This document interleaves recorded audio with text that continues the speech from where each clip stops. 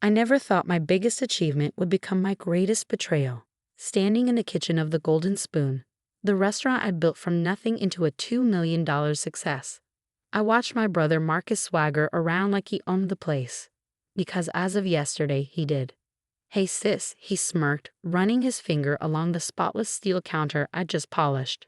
"Don't forget to clean the grease traps before you leave. That's part of the kitchen staff's duties, right?" Kitchen staff. The words hit me like a physical blow. Just yesterday, I was the owner and executive chef of Boston's most talked about fusion restaurant. Today, I was just another employee, and it was all thanks to my parents' twisted sense of fairness. I'm Sophie Martinez, and this is how I lost everything I worked for. Or so my family thought. The story really begins 5 years ago. I was 23, fresh out of culinary school, and bursting with dreams bigger than our family's modest food truck business. My father, always cautious, wanted me to stick with what was safe. "Sophia, why take risks? The food truck makes enough to live on," he'd say, counting the day's modest earnings. But I saw more potential. Years of watching my grandmother cook had taught me that food wasn't just sustenance, it was art, science, and magic combined. So I took a leap. I sold my car, emptied my savings account, and with a small business loan, I leased a tiny space in an up-and-coming neighborhood. The kitchen was barely bigger than our food truck, but it was mine. The first year was brutal. 18-hour days, burns, cuts, and endless worry about making rent. While Marcus partied his way through business school on our parents' dime, I was perfecting recipes and building a clientele one plate at a time.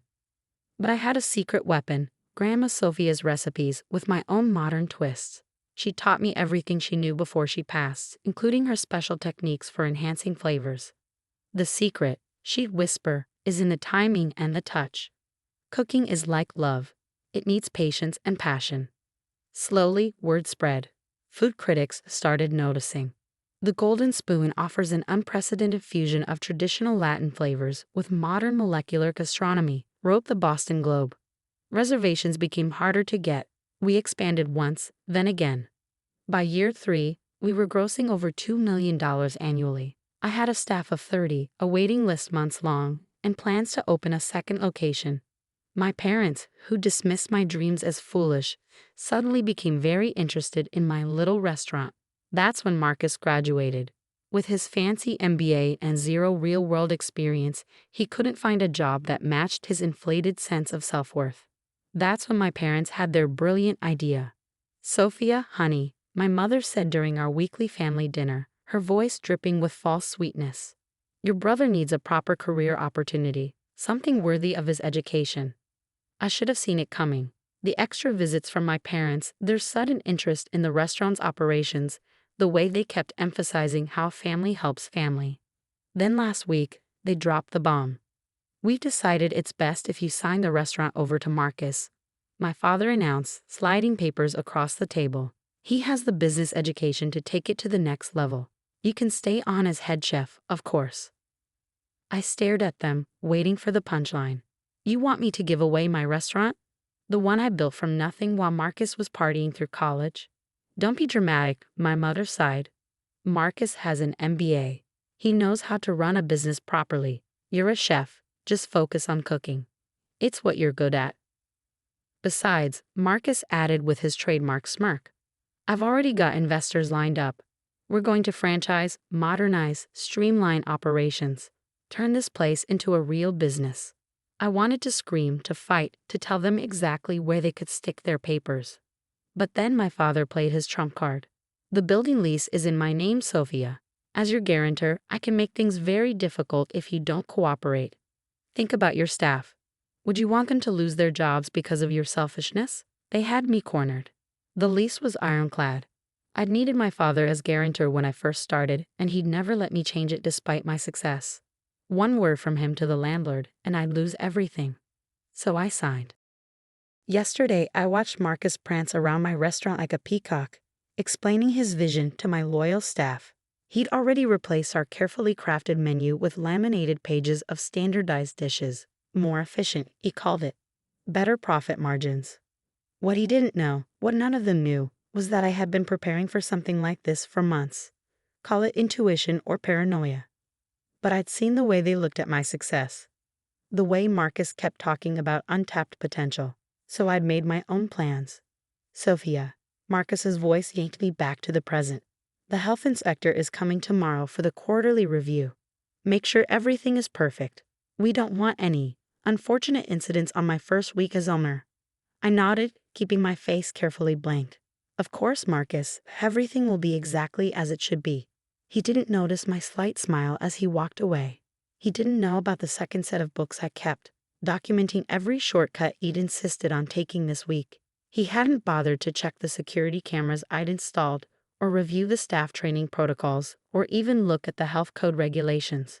Most importantly, he didn't know about my grandmother's special recipes, the real ones, not the simplified versions we used in the restaurant. The ones that required exact temperatures, precise timing, and ingredients you couldn't just order from any supplier. My phone buzzed with a text from an unknown number. All set for tomorrow morning, 9 a.m. sharp. I texted back a single word. Perfect. Tomorrow, Marcus would learn that some recipes aren't just about the ingredients. Sometimes the secret ingredient is justice, served at exactly the right temperature. I looked around my kitchen. Yes, it would always be my kitchen, and started my prep work for tomorrow. After all, I wanted everything to be perfect for the health inspector's visit. What my family had forgotten in their rush to take my restaurant was one simple truth. I hadn't succeeded just because of recipes or business sense. I'd succeeded because I understood that a restaurant isn't just about food. It's about attention to detail, about systems and safeguards, about knowing every inch of your operation. Marcus might have my restaurant on paper, but tomorrow you'd learn what really makes a successful restaurant run. And it's not an MBA. I closed the walk-in refrigerator door, double-checking the temperature gauge. Everything was exactly as it should be. Tomorrow would be interesting indeed. The next morning, I arrived at the restaurant 2 hours early, just like I had every day for the past 5 years. The only difference was that today, I wasn't alone. Marcus was already there, pacing nervously in his expensive suit. "What are you doing here so early?" he demanded, his usual smirk replaced by obvious anxiety. "Prep work," I replied calmly, tying my apron. "Same as always."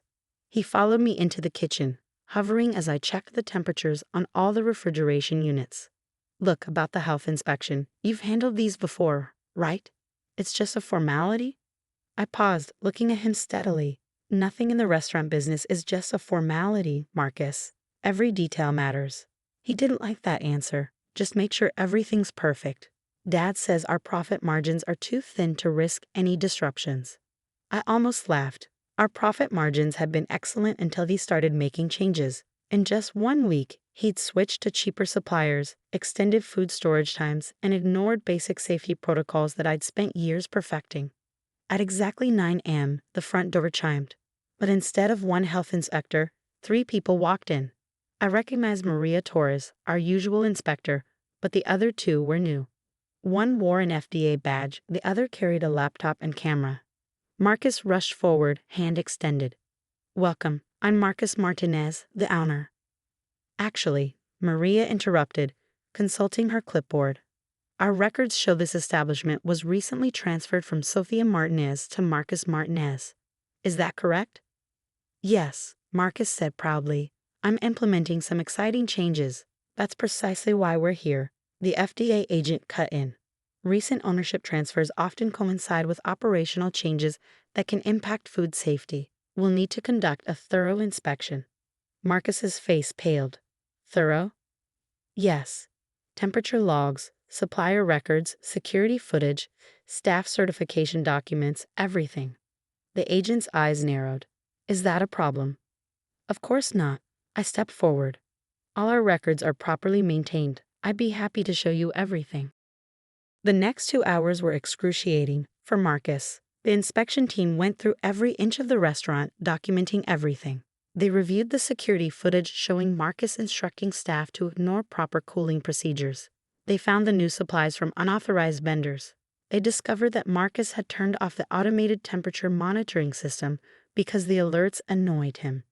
But the final blow came when they reached the storage area. "Can you explain these?" Maria held up several containers of unlabeled spices and marinades. Marcus shrugged. "Just some special seasonings, family recipes." without proper labeling, without documented ingredients or allergen information. The FDA agent's pen scratched across his notepad. And these were added to foods served to customers? I stepped forward. Actually, those are new items Marcus ordered. They haven't been used in food service. Our approved ingredients are all properly labeled and stored in the main kitchen. I led them to my station, where everything was immaculate, labeled, and properly documented. The contrast was striking. The inspection team huddled together, speaking in low voices. Finally, Maria turned to us. Mr. Martinez, based on our findings, we're issuing an immediate suspension of your food service license, pending major corrections and a reinspection. Marcus exploded. Good You morning. can't do that. Do you know how much money we'll lose? This is all her fault.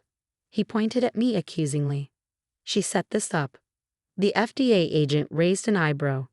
Mr. Martinez, are you suggesting your sister somehow forced you to violate health codes? No, but she... Marcus stopped, realizing how he sounded.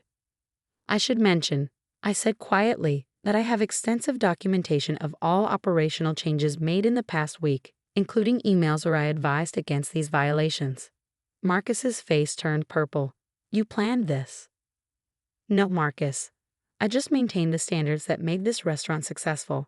Standards you ignored because you thought your MBA made you smarter than years of actual experience. The front door chimed again. This time, my father burst in, followed by my mother. They must have been waiting nearby. What's going on? My father demanded. Marcus called us. Mr. Martinez. Maria interrupted. Perfect timing. As the building leaseholder, you should know that multiple critical health code violations have been documented under the new management. This facility cannot legally operate until all issues are resolved and a new inspection is passed. My parents turned to Marcus, who was now sweating through his expensive suit. It's not my fault. She sabotaged me. By what? I asked calmly. By maintaining proper records, by following health and safety regulations, by documenting your decisions that put our customers at risk. The FDA agent cleared his throat. Given the circumstances, we'd strongly recommend returning operational control to the previous owner, who clearly understood and maintained proper food safety protocols. My mother stepped forward. Now wait just a minute. Actually, I interrupted, pulling out my phone. I've already received several offers to purchase the restaurant. Since Marcus has demonstrated he can't maintain the required standards, perhaps it's best if I sell to someone who can. You can't sell it, my father sputtered. Marcus owns it now. I smiled. Check the transfer papers you made me sign, Dad. I only transferred operational control, not the underlying business entity.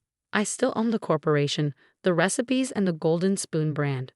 Marcus just owns the right to operate this location, a right he's now lost due to health code violations. The silence was deafening. And since the health department has suspended operations, I continued, this seems like the perfect time to accept one of those offers. I'm thinking the restaurant group that owns La Maison down the street. They've been very interested in my grandmother's recipes. My phone buzzed. I glanced at it and smiled. In fact, their final offer just came in.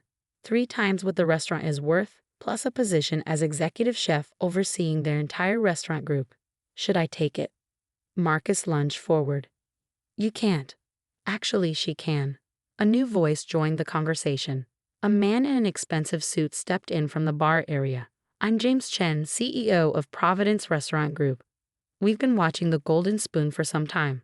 Sophia's innovative fusion cuisine and impeccable operational standards are exactly what we're looking for. He turned to me. The offer stands, if you're ready to sign. I looked at my family, my father's red face, my mother's shock, Marcus's defeat, and felt nothing but relief. I'm ready, I said, accepting the folder James held out. This is ridiculous, Marcus shouted. Mom, Dad, do something. But there was nothing they could do.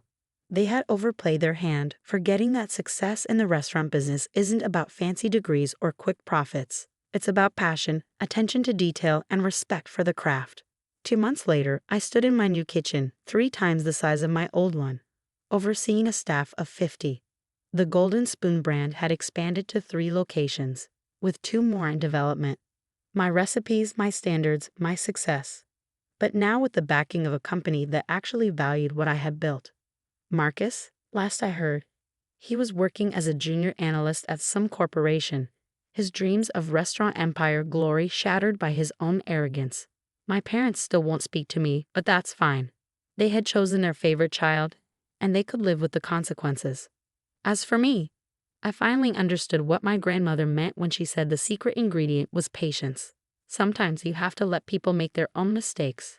Sometimes the best revenge is simply maintaining your standards and waiting for justice to be served. At exactly the right temperature, of course.